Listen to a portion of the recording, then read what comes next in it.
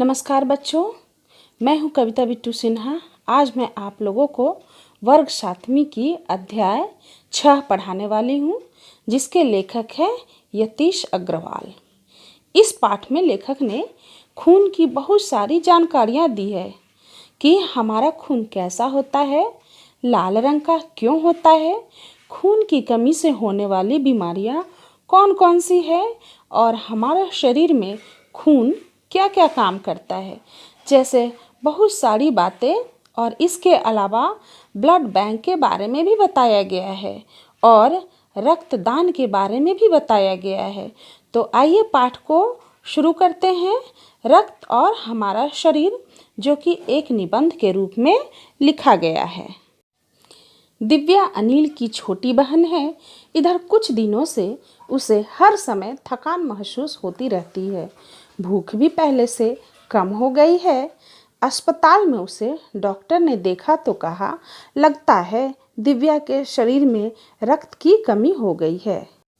Doctor दीदी ने दिव्या की उंगली से रक्त की कुछ बूंदें एक छोटी सी शीशी में डाल दी और स्लाइड पे लगा दी।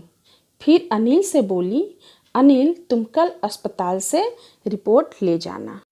अगले दिन डॉक्टर दीदी सूक्ष्मदर्शी द्वारा एक स्लाइड की जांच कर रही थी। सूक्ष्मदर्शी मतलब माइक्रोस्कोप के द्वारा जो है एक स्लाइड की जांच कर रही थी। स्लाइड की जांच पूरी होने पर डॉक्टर दीदी बोली, अनिल दिव्या को अनीमिया है, चिंता की बात नहीं है, कुछ दिन दवा लेगी तो ठीक हो जाएगी। अनिल के मन में जिज्ञासा हुई। वह बोला, दीदी एक सवाल पूछूं? अनीमिया से आपका क्या मतलब है? उसने पूछा। यह जानने के लिए तुम्हें रक्त के बारे में जानना होगा, डॉक्टर दीदी ने कहा।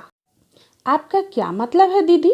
उसने पूछा, मतलब अनिल ने पूछा।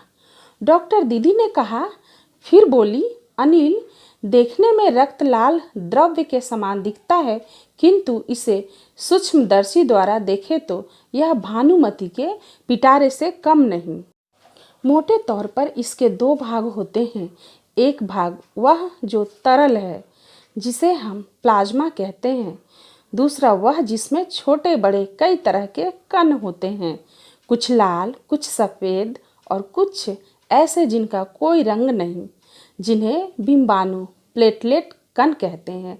ये कण प्लाज्मा में तैरते रहते हैं। सूक्ष्मदर्शी द्वारा जो कण तुम्हें दिखाई दे रहे हैं, ये हैं लाल रक्त कण। अनिल आश्चर्य से उछल पड़ा था। रक्त की एक बूंद में इतने सारे कण, इसकी तो वह कल्पना भी नहीं कर सकता था। वह बोला, इन्हें देखकर तो ऐसा लग रहा है मानो बहुत सी छोटी छोटी बालूशाही रख दी गई हो। रक्त की एक बूंद में इनकी संख्या लाखों में होती है।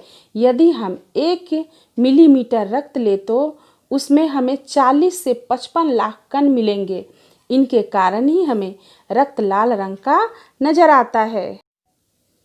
सांस लेने पर साफ हवा से जो ऑक्सीजन तुम प्राप्त करते हो, उसे शरीर के हर हिस्से में पहुंचाने का काम इन कणों का ही है।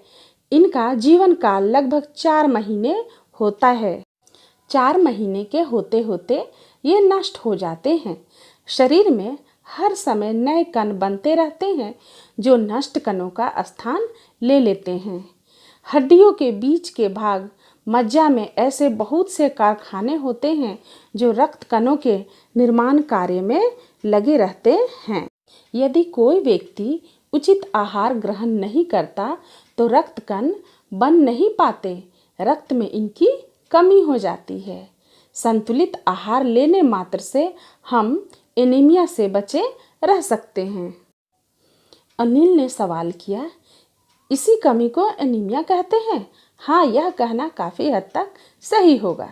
यह तो अनीमिया बहुत से कारणों से हो सकता है, किंतु हमारे देश में इसका सबसे बड़ा कारण पौष्टिक आहार की कमी है। एक बड़ा कारण है पेट में कीड़ों का हो जाना। ये कीड़े प्रायः दूषित जल और खाद्य पदार्थों द्वारा हमारे शरीर में प्रवेश करते हैं। अतः इनसे बचने के लिए यह आवश्यक है कि हम पूरी सफाई से बनाए गए खाद्य पदार्थ ही ग्रहण करें, मतलब खाएं। भोजन करने से पूर्व, पूर्व मतलब पहले, अच्छी तरह से हाथ धो ले और साफ पानी ही पिए। और हाँ अनिल, एक किस्म के कीड़े भी हैं जिनके अंडे जमीन की ऊपरी सतह में पाए जाते हैं। इन अंडों से उत्पन्न हुए लार्वे त्वचा के रास्ते शरीर में प्रवेश कर आंतों में अपना घर बना लेते हैं। इनसे बचने का सहज उपाय है कि शौच के लिए हम शौचालय का ही प्रयोग करें और इधर उधर नंगे पांव ना घूमें। रक्त में सफ़ेद कण और बिंबाणु, प्लेटलेट कण भी होते हैं।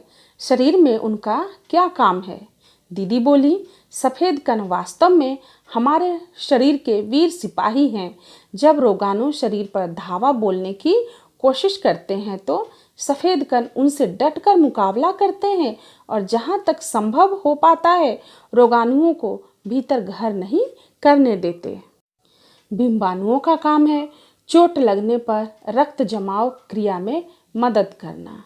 रक्त के तरल भाग प्लाज्मा में एक विशेष किस्म की प्रोटीन होती है जो रक्त वाहिका की कटी फटी दीवार में मकड़ी के जाले के समान एक जाला बुन देती है। बिंबाणु इस जाले से चिपक जाते हैं और इस तरह दीवार में आई दरार भर जाती है जिससे रक्त बाहर निकलना बंद हो जाता है।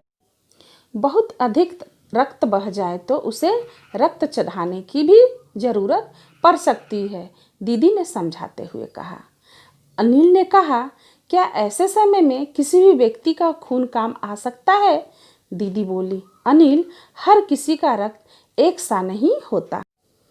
कुछ विशेष गुणों के आधार पर रक्त को 4 मुख्य वर्गों में बांट दिया गया है। जरूरतमंद व्यक्ति के रक्त समूह की जांच करने के बाद उसे उसी रक्त समूह का रक्त चढ़ाया जाता है। लेकिन जरूरत के समय यदि उस रक्त समूह का कोई व्यक्ति मिले ही नहीं, तब ऐसी आपात स्थिति के लिए ही ब्लड बैंक बनाए गए हैं। प्रायः हर बड़े अस्पताल में इस तरह के बैंक होते हैं जहां सभी प्रकार के रक्त समूहों का रक्त तैयार रखा जाता है। किंतु इन ब्लड बैंकों में रक्त का भंडार सुरक्षित रहे, इसके लिए यह आवश्यक है कि हम समय समय पर रक्तदान करते रहें। 18 वर्ष से अधिक उम्र के स्वस्थ व्यक्ति ही रक्तदान कर सकते हैं। एक समय में उनसे लगभग 300 मिलीलीटर रक्त ही लिया जाता है। फिर तो बड़ा होने पर मैं नियमित रूप से रक्तदान किया करूँगा, अनिल ने कहा। इसी के साथ यह निबंध समाप्त होती है। आशा करती हूँ बच्चों कि आपको जो है यह कहानी, मतलब यह निबंध जो है आप लोगों को अच्छे से समझ आ गई होगी। धन्यवाद बच्चों।